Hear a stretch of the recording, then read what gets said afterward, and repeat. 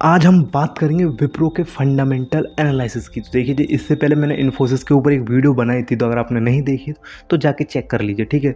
तो विप्रो की जो एनालिसिस करूंगा मैं, उसको मैंने एक पेपर पे नोट डाउन किया, क्योंकि इतने सारे नंबर्स ना आपको याद होंगे ना मेरे को याद होंगे। तो सीधी सी बात भाई, नंबर्स तो लिखने पड़ते हैं ताकि मैं आपको कोई गलत नंबर ना बताऊँ।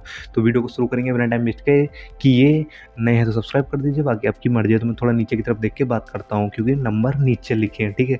अब देखिए जी, फाइनेंशियली देखें तो स्ट्रॉन्ग है, अच्छा है, और वैल्यूएशन देखें तो मीडियम है, और टेक्निकली जो है न्यूट्रल है, तो ठीक है। और मार्केट कैप की बात करूँ तो 2,55,000 करोड़ का इसका मार्केट कैप है, यानी कि थोड़ा अच्छी बड़ी कंपनी है। और पीई रेशियो की बात करूँ 22.55 का, यानी कि ठीक ठाक है, थोड़ा ना ज़्यादा कम ना ज़्यादा मतलब कि एक्स्ट्रा प्राइस, मतलब ठीक है, लेकिन अगर थोड़ा और कम होता तो अच्छा होता। लेकिन आरओई की बात करूँ तो 14.61% ईयर ऑन ईयर बढ़ा है इसका रिटर्न ऑफ इक्विटी।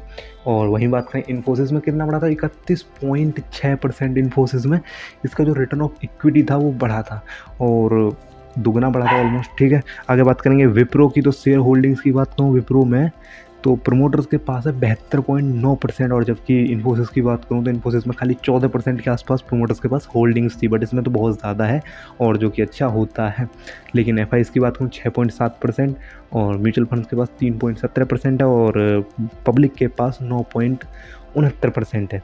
और बात करें अदर्स की तो 7.73% अदर्स के पास है। लेकिन अब रिटर्न ऑफ इक्विटी, आरओई, ये सब फाइनेंशियल ईयर बात कर लेते हैं, ठीक है। तो आरओई की बात करेंगे तो FY21 में 11.9% इसका जो आरओई है वो बढ़ा है। FY22 की बात करूँ तो -4.9%, FY23 की बात करूँ तो 21.8% बढ़ा है, नहीं 21.8% FY23 में घटा है। और आरओए की बात करूँ तो FY21 में 9% बढ़ा है, FY22 में 12% घटा है, और FY23 में अगेन 14% घटा है। तो थोड़ा बहुत नंबर अच्छे नहीं है। लेकिन ईपीएस की बात करेंगे तो FY21 में 14.7% बढ़ा है, FY22 में 14.3% बढ़ा है, FY23 में -7.3%, यानी कि FY23 में 7.3% इसके जो ईपीएस है वो घटा है। और आगे बात करेंगे वीवीपीएस की, तो FY21 में 3.4% इसका वीवीपीएस बढ़ा है, FY22 में 18.8%, FY23 में 18.6% इसका वीवीपीएस बढ़ा है। अब आगे देख लेते हैं EV टू सेल्स में क्या है। और EV टू सेल्स देखें तो 105% इसका FY21 में EV टू सेल्स बढ़ा था, FY22 में 18.6%, FY23 में 18.6% बढ़ा है, ठीक है, FY22 में। और FY23 की बात करूँ तो 45% घटा है, तो ठीक है जी। डेप्थ एंड इक्विटी देखें तो FY21 में 9.1% बढ़ा है, FY22 में 91.7% बढ़ा है, FY23 में 17.4% इसका जो डेप्थ एंड इक्विटी है वो घटा है। आगे बात कर लेते हैं करंट रेशियो की। तो FY21 में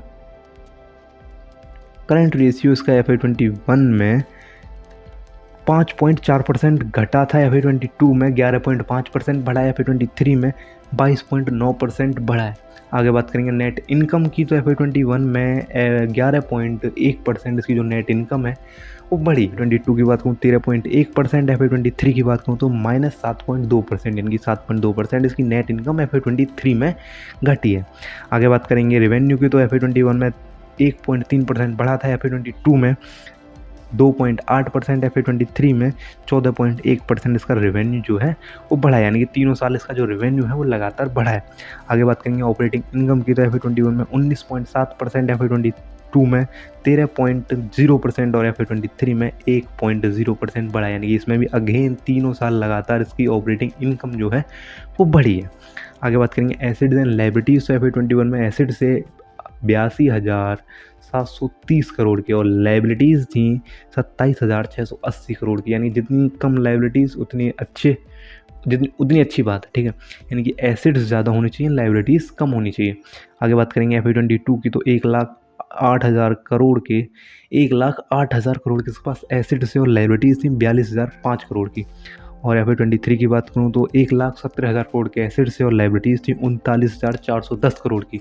और नेट कैश फ्लो भी देखें तो 1197 करोड़ का इसका नेट कैश फ्लो जो है वो घटा है। लेकिन इन्फोसिस की देखें तो 5933 करोड़ का शायद इसका नेट कैश फ्लो घटा था। इन्फोसिस की बात कर रहा हूँ मैं, विप्रो की नहीं कर रहा। अब विप्रो की बात करें तो 1197 करोड़ शायद, ठीक है, मतलब हर कंपनी अपनी जगह ठीक है, लेकिन मैं वही कहूँगा, आप अपने फाइनेंशियल एडवाइज़र से सलाह लें किसी भी स्टॉक में इन्वेस्टमेंट करने से पहले। और किसी भी स्टॉक की अगर बात चल रही हो तो सबसे पहले उसकी फंडामेंटल एनालिसिस प्रॉपर तरीके से करा करो, ठीक है। और अगर आप किसी भी स्टॉक के ऊपर एनालिसिस करवाना चाहते हैं तो उस स्टॉक का नाम बता दीजिए, अगली वीडियो उसके ऊपर बनाने की ज़रूर कोशिश करूँगा। तो मिलते हैं अगली वीडियो में। नए हैं तो सब्सक्राइब कर दीजिए, बाकी आपकी मर्ज़ी।